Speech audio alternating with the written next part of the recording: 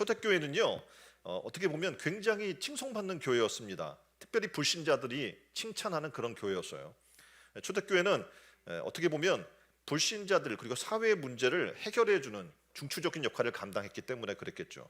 초대교회 당시에 로마 식민지 아래서 굶주리고 헐벗고 그리고 정말 길거리에 죽어있는 시체들이 그냥 널브러져 있었어요. 그러면 크리스찬들이 가서 그들의 시신을 거둬주기도 하고 고아와 과부를 거두어서 먹이기도 하는 그런 일들을 감당했습니다. 그 결과 그 교회는 사회로부터 또는 수많은 세상 사람들로부터 칭송을 받게 됐고 권위를 지니게 됐습니다. 그리고 그들이 전하는 복음은 어떻게 해요? 당연히 받아들이기 쉬웠겠죠. 본문 47절입니다. 주께서 구원받는 사람을 날마다 더하게 하시니라. 여기서 이 지금 부흥의 주체가 하나님임을 얘기해 주고 있어요. 초대교회의 모습을 우리가 본받을 때 우리는 부흥하게 될 줄 믿습니다. 그러면 하나님의 부흥이 임하는 초대교회의 모습은 어떤 모습이었습니까? 세 가지로 말씀을 드릴 텐데, 하나는 모이기 힘쓰는 교회였다는 겁니다. 자, 옆에 분에게 얘기합시다. 모이기에 힘씁시다. 바다의 어류 가운데 거대한 무리를 이루는 고기들이 있습니다. 대표적으로 정어리, 멸치 이런 물고기를 들 수가 있겠는데요. 평상시에는 거대한 무리를 이룹니다. 지금 저 그림처럼 말이죠. 그래서 피쉬볼이라고 이야기를 해요. 그러니까 한 마리 한 마리가 일사불란하게 동일한 방향으로 헤엄을 치는데 이걸 군형이라고 이야기하는데, 이 물고기들이 이렇게 피쉬볼을 이루고 군형을 이루는 이유는 이제 포식자가 나타나잖아요. 그러면 커 보이잖아, 지네들이. 뿐만 아니라 공격을 대비하기 위해서 이렇게 모이는 거예요. 목표를 정하고 달려오기가 하나 작은 애를 공격해서 달려오기가 쉽지 않아요. 무리를 지어 있기 때문에. 목표를 잃어버리게 만듭니다. 본능적으로 그들은 어떤 걸 알고 있냐면 뭉치면 살고 흩어지면 죽는다는 것을 이들은 알고 있었던 거예요. 그래서 우리 그리스도인들도 성경의 지금 말씀대로 특히 초대교회 이들의 모습처럼 모이기에 힘쓰는 교회로 거듭나야 될 줄 믿습니다. 왜냐하면 성경은 이렇게 경고해요. 원수 마귀가 두루 다니며 삼킬 자를 찾고 있기 때문에 어떻게 해요? 깨어 기도해야 할 것이고, 그리고 어떻게 해요? 이 일은 혼자서 할 수가 없어요. 그래서 교회를 우리에게 허락해 주셨고 그리스도를 중심으로 몸이 되어 모여 있을 것을 우리에게 요청하고 있는 겁니다. 옆에 분에게 이야기합시다. 혼자서는 믿음을 지키기 어렵습니다. 옆에 분에게 손을 잡으면서 얘기해 주세요. 모여야 합니다. 네. 우리 교회가 재개발 어려운 순간에도 한 가지 하는 게 있어요. 뭐냐면 모이기에 힘썼다는 거예요. 365일 기도대가 있었어요. 그래서 기도하고 성전을 지키기 위해서 밤에 모여 당번을 서면서 깨어 교회를 지키고 기도했습니다. 왜냐하면 와서 막 덤프트럭으로 받기도 하고 뭐 별걸 다 했어요. 그래서 우리를 쫓아 내보내게 하려고 수많은 일들이 일어났기 때문에 정말 우리가 해야 될 일은 교회에서 모였습니다. 모여서 기도하고 교회를 지키고 일들을 했던 거죠. 한참 모임을 했을 때는 지난번에 말씀드렸던 것처럼 새벽에 모여요.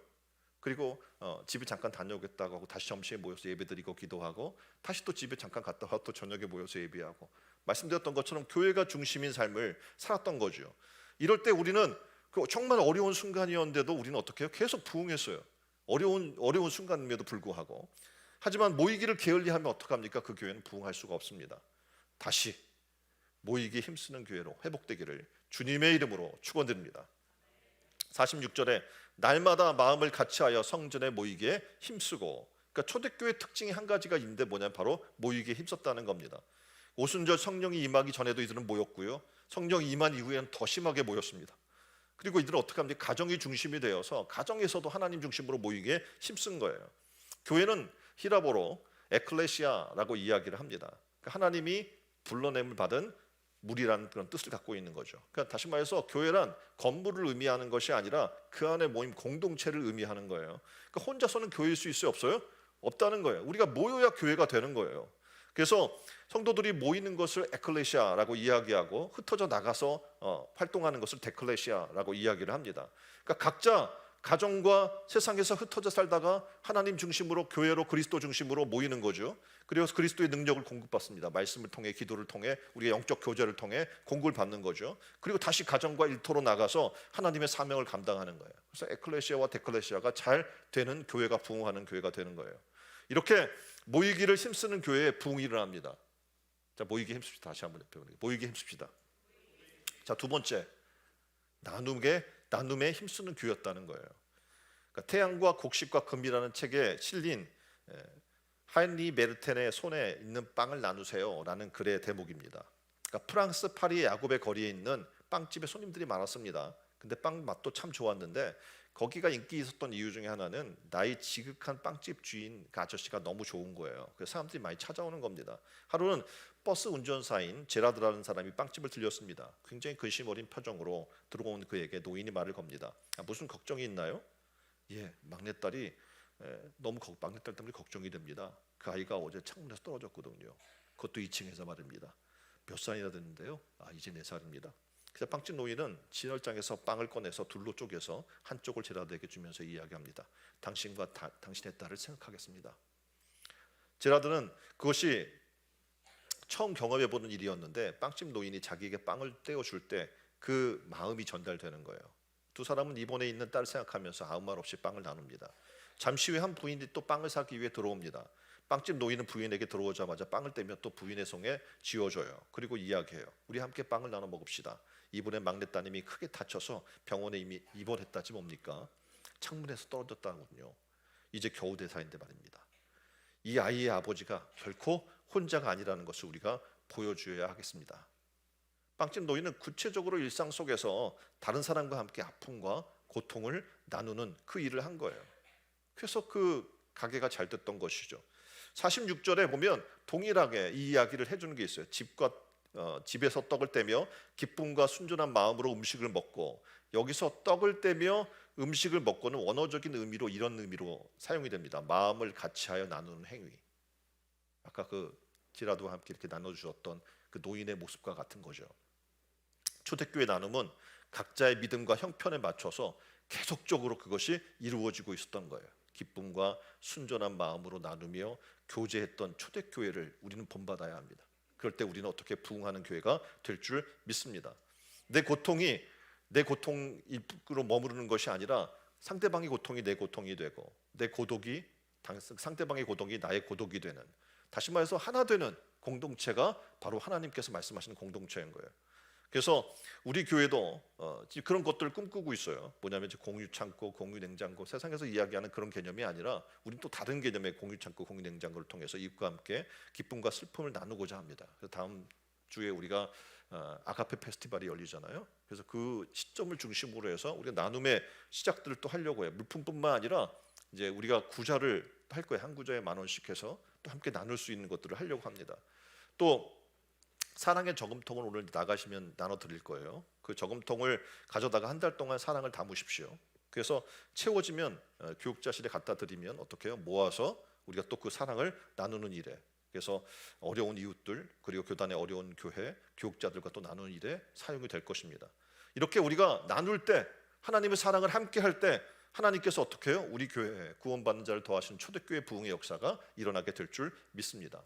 세 번째는 배품에 힘쓰는 그런 교회예요.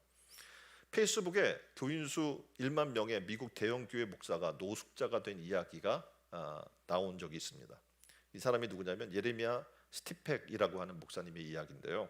어느 주일날 오전에 자신이 이제 담임으로 부임되게 될 그 교회를 먼저 찾아갔어요. 그래서 그 근처에 노숙자로 변신해서 주변을 어슬렁거립니다.